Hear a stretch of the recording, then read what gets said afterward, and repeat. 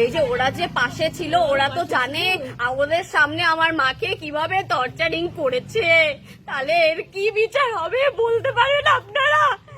গতকাল যে ঘটনা ঘটেছে, আজকে আপনারা অভিযোগ করেছিলেন 3 জনের নামে, সেখানে একজনকে গ্রেপ্তার করা হয়েছে, কি বলবেন এই বিষয়ে?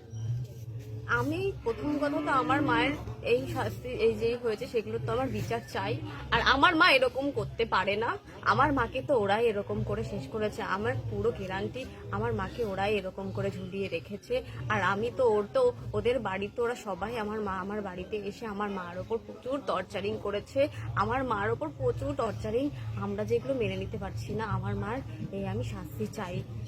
আচ্ছা, এই যে সিভিক ভলেন্টিয়ারের বিরুদ্ধে অভিযোগ উঠছে মিলন করাতি, উনি জানাচ্ছেন তিনি সেদিনকে ছিলেন না, তিনি অন্য জায়গায় তার ডিউটি ছিল। না, তারা সবাই ছিলেন, মিলন করাতি, অসীম করাতি, তার ওয়াইফরা, তার ছেলে ছিল।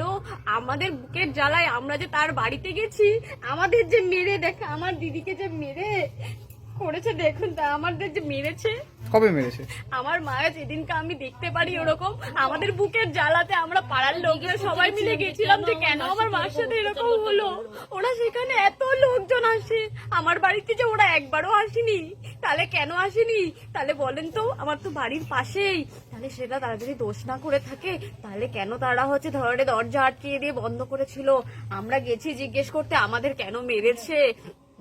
আমার মা তো কোনো অন্যায় করেনি, আমার মা তো সোনা গয়না চুরি করেনি, আমার মা তো দুটো ভগবানের চরণে দুটো ফুল দেওয়ার জন্য গেছিল। এটা কি বড় অন্যায় বলেন? আমার মা তো সেই রাস্তার পাশে একটা গাছ থেকে ফুল তুলেছিল, এটা কি অন্যায়? পুলিশের যে তৎপরতা, সেটা কি আপনারা খুশি? আমরা তো চাইছি এর কোনো বিচার হোক। একজন গ্রেপ্তার হয়েছে আপনাদের অভিযোগের ভিত্তিতে, 3 জনের বিরুদ্ধে অভিযোগ করেছিলেন। আমার তো ওরা তো সবাই ছিল, তাহলে কেন একজন গ্রেপ্তার হবে? তারা তো সবার শাস্তি পাওয়া যায়।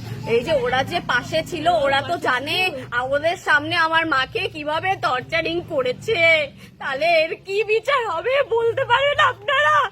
আমার ভাইটা যে এরকম একা হয়ে গেল, আমার বাবাটা যে আছে কে দেখবে বলতে পারেন?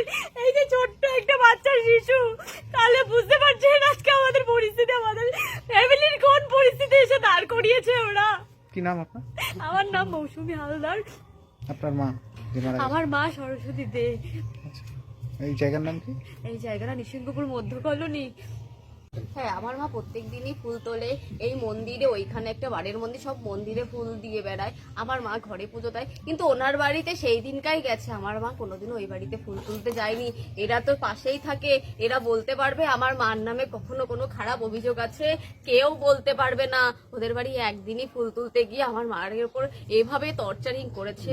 আপনি অভিযোগপত্র লিখেছেন যে আপনার মাকে খুন করে দেয়া হয়েছে। ওরা রাত্রেবেলা রাত 11:30 12টার সময় এসছে, তারপর আমার ভাইকে, এই ছোট্ট ভাইটাকে দেখে তো মেরে ও ছড়াতে গেছে বললে ওকে যে ফেলে দিয়ে, দেখুন তো মাথা মুতার কি অবস্থা করেছে। আবার ওকে হুমকি দিয়েছে, তোরা জানিস আমরা যে পুলিশ, তোদের কত কিছু করতে পারি, তোকে থানায় দিতে পারি, কত কিছু বলেছে। ও শুধু বলেছে আমার মার সাথে এরকম কেন করছো, কেন এত সারাদিন তো টর্চারিং করেছে, তাতেও কি ওদের মন ভরেনি?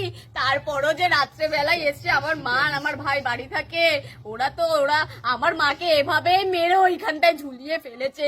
পুলিশ দেখলাম ঘিরে, পুলিশ দেখলাম জায়গাটা ওখানেই ঝুলিয়েছে ওরাই। পুলিশ দেখলাম ঘিরে দিয়েছে, পুলিশ কি বলছে এসে? তখন এসে ঘিরে দিয়ে গেল। কি বলছে পুলিশ? বললে এর ভেতরে আর ঢুকবেন না। এটাই বলল। আজকে ঘিরে দিয়েছে। হ্যাঁ, একটা ঘন্টা খানিক হলো, আর তো কিছু বলেনি। আপনার বাড়িতে তো ফুল গাছ ছিল, আমি আজকে আগে ছোটে সব আমি ফুল গাছ কেটে দিয়েছি। আমার মা দুটো ফুলের জন্য আমার মার জীবন নষ্ট করে দিল ওরা, তাই রাগের চোটে আমি আজকে সব ফুল গাছ কেটে ফেলেছি। আমার মার যে দুটো ফুলের জন্য আমার মা আমাদের কাছ থেকে কেড়ে নিয়ে এলো। ওরা তো ডাইনি, ওরা আমার মাকে কেড়ে নিয়েছে, আমার মাকে মেরে ফেলেছে ওরা।